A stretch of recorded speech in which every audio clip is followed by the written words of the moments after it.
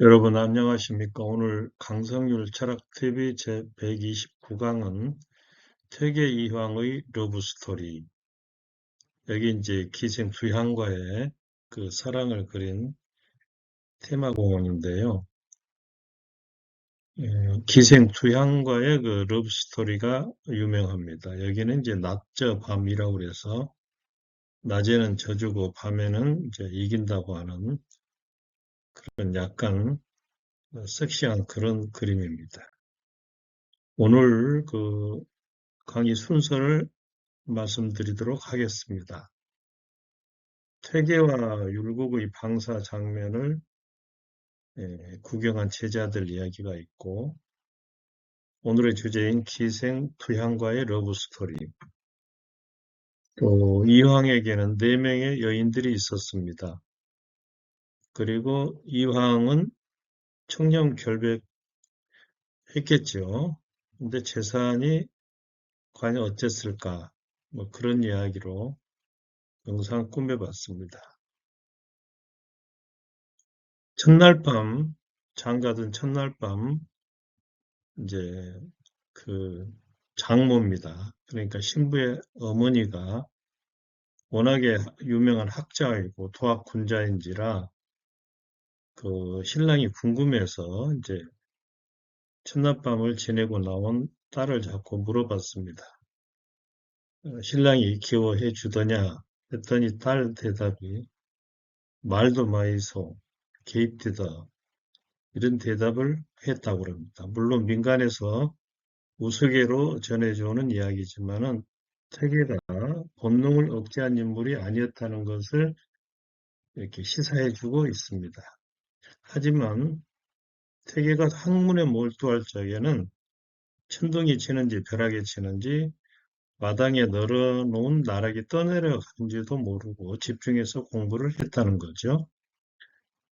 퇴계와 율곡의 제자들이 어느 날 자기들 스승이 당대 최고의 도덕군자라고 우기임질을 했습니다. 결론이 나질 않자 한 사람이 우리가 이분들의 낮 생활만 보았지 밤의 생활상은 본 적이 없으니 그걸 본 연후에 어느 분이 훌륭한 분인가를 가리기로 하세요. 자, 그래서 다음 날 밤에 제자들은 먼저 율곡의 집에 몰래 숨어 들어가서 부부 관계를 훔쳐보았는데 부인 아랫목이 따뜻하니 어서 옷을 벗으시죠. 이렇게 율곡이 근엄한 목소리로 욕을 하는 겁니다.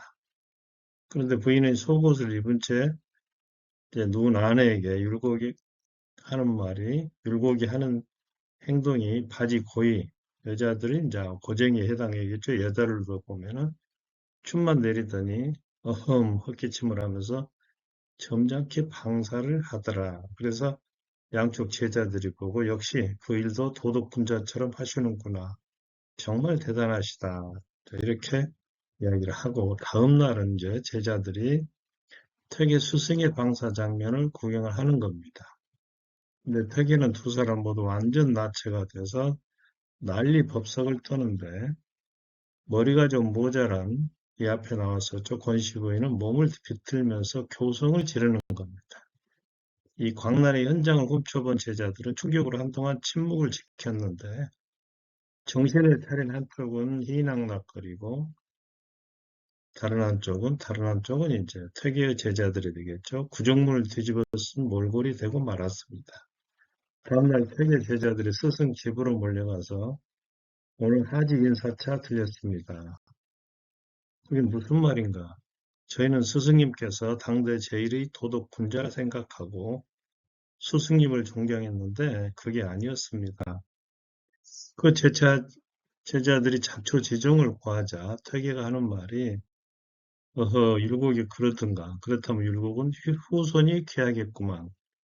실제로 귀했다고 그래요. 자네들은 구름도 바람도 없는 맑은 하늘에서 비가 오는 것을 본 적이 있는가? 남녀 음양이 그 앞하는데 어찌 조용할 수 있겠는가? 오히려 율곡이 불의하는 것이야말로 음양 상승의 이치에 맞지 않는 것일세.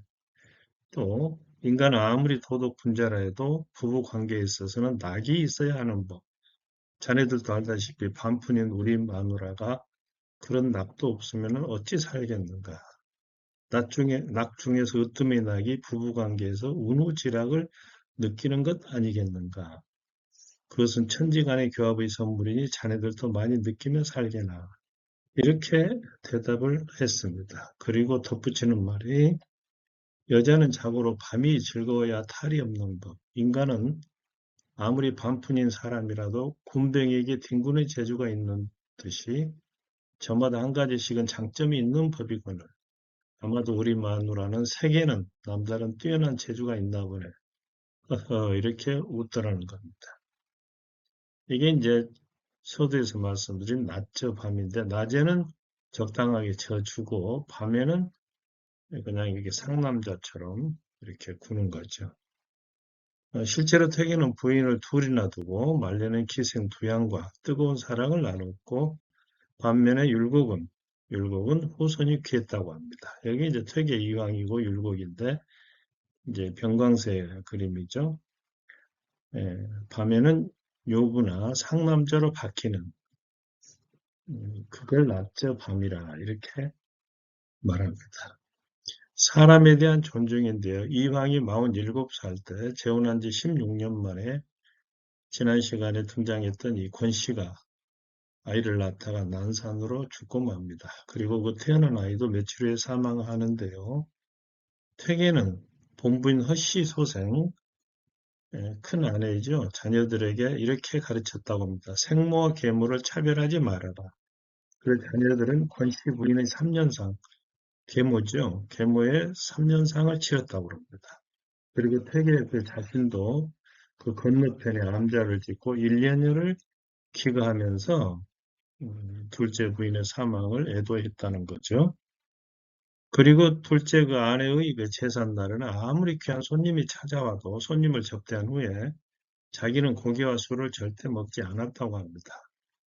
첩이 하나 있었는데 첩이 죽은 후에도 그녀와의 사이에서 난 아들 이적이란 아들을 자기의 호적에 올려줬고 다음이라도 이적의 후손들이 적서차별, 적자와 서자죠. 차별을 받을 것을 염려해서 족보에 그 적서의 구별을 못하도록 배려한 겁니다. 이처럼 모든 사람을 정중한 예와 고매한 인격, 차별 없는 인으로서 대한 사람이 바로 퇴계 이황이다.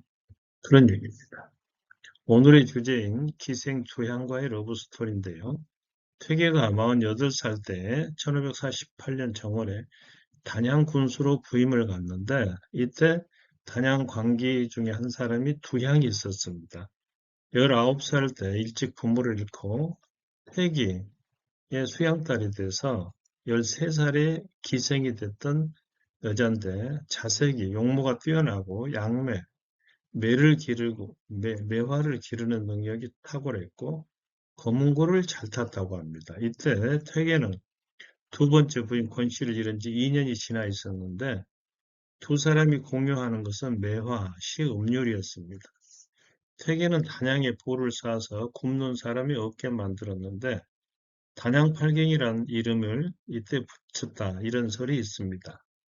두 사람은 남한강과 강선대, 지금은 충주 속에 잠겨 있지만 이 위에서 검은고를 타고 시를 읊으면서 교제를 나누었습니다. 이건 이제 단양팔경 중에 최고라고 하는 도담산봉의 모습이죠.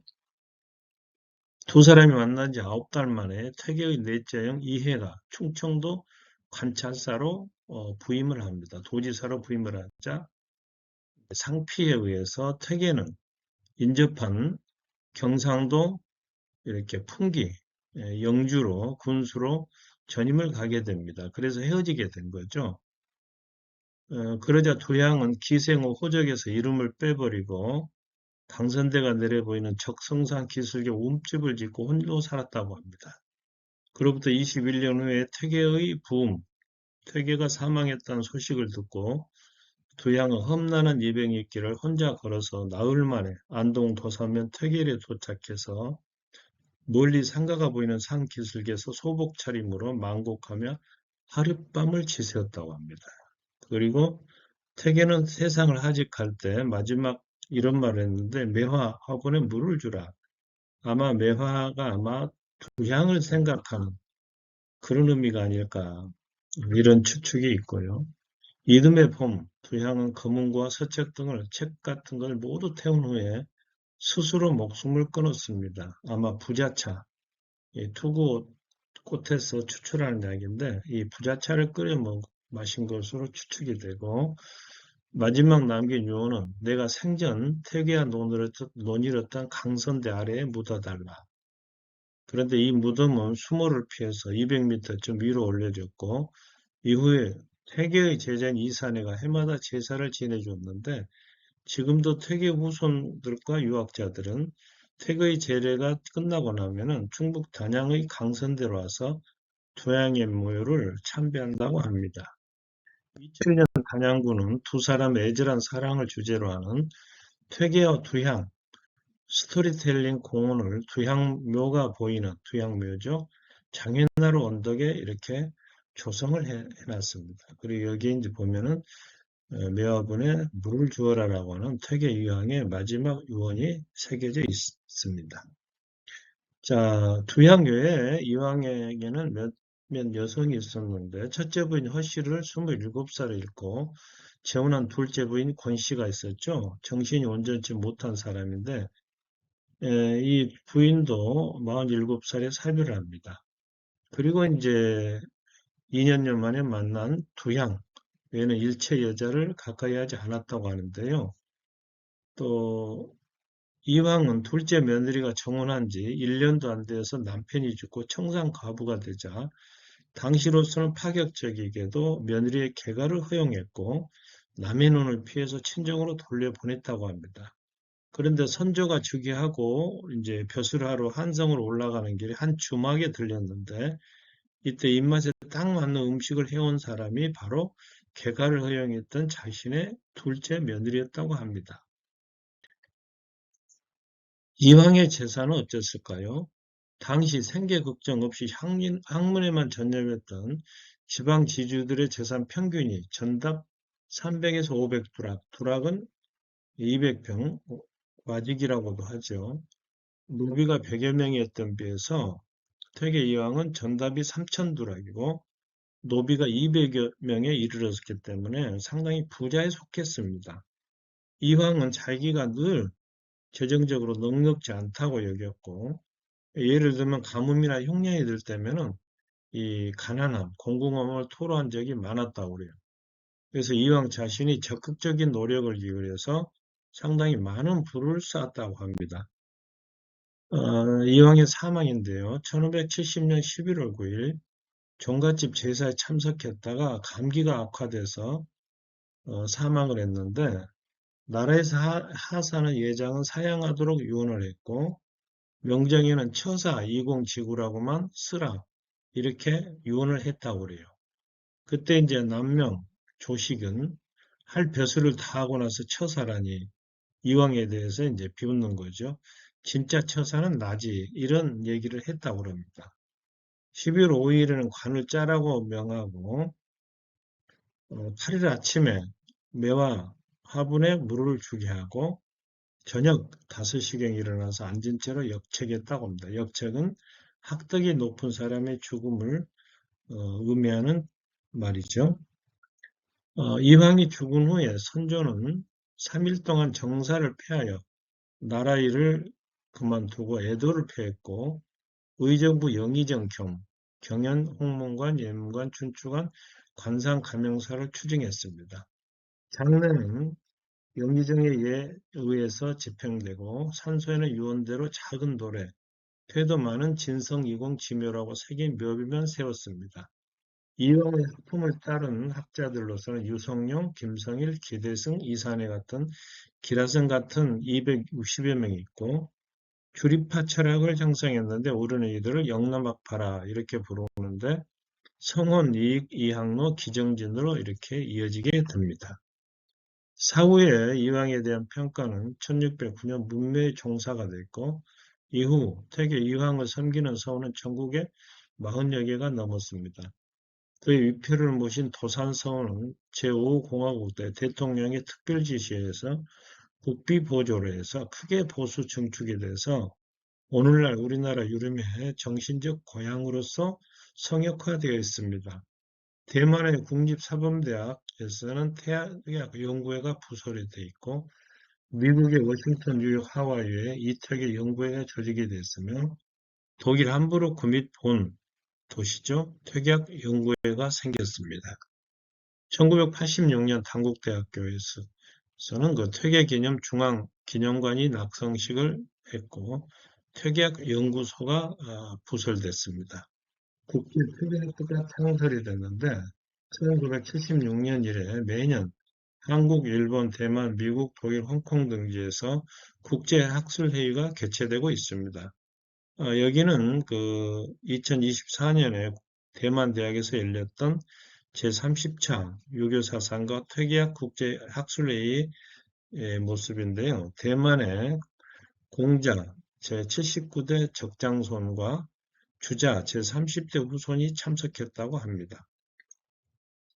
오늘 강의를 정리해 드리도록 하겠습니다. 이황과 천남밥을 맞이한 딸이 친정어미에게 한 말, 말도 마이소 개입드다. 퇴계와 율곡의 방사 장면, 율곡은 근엄하게, 퇴계는 난잡하게. 여기에 대해서 퇴계는 남녀 음양이 교합하는데 어찌 조용할 수 있겠는가? 이렇게 물었다고 합니다. 정신이 온전치 못한 둘째 부인 권 씨가 사망하고 여기에 대해서 전처 소생들까지 3년상을 치르도록 했으며 퇴계 본인도 1년여를 추모했다고 하는데 이러한 것은 평소에 퇴계가 사람을 존중했다는 성품을 잘 나타내고 있습니다. 기생 두양과의 러브 스토리는 아주 가슴 아픈 사랑의 이야기고 이황의 여인들은 첫째 부인 서씨와 둘째 부인 권씨, 기녀 출신 두양이 있고 그 외에 첩이 한 사람 있었습니다. 이황의 재산은 우리의 그 예상과 달리 상당히 부자에 속했었고 이황이 사망하자 선조는 3일간 정사를 폐하여 애도했으며 의정부 영의정에 추정을 했으며 이황을 섬기는 서원은 전국 40여 개 이르르고 세계 각국에 퇴계연구회가 조직되어 있습니다. 오늘 영상이 좋으셨다면 구독과 좋아요 눌러주시기 바라고 강성률 문학TV도 많이 시청해 주시면 감사하겠습니다. 여러분 고맙습니다.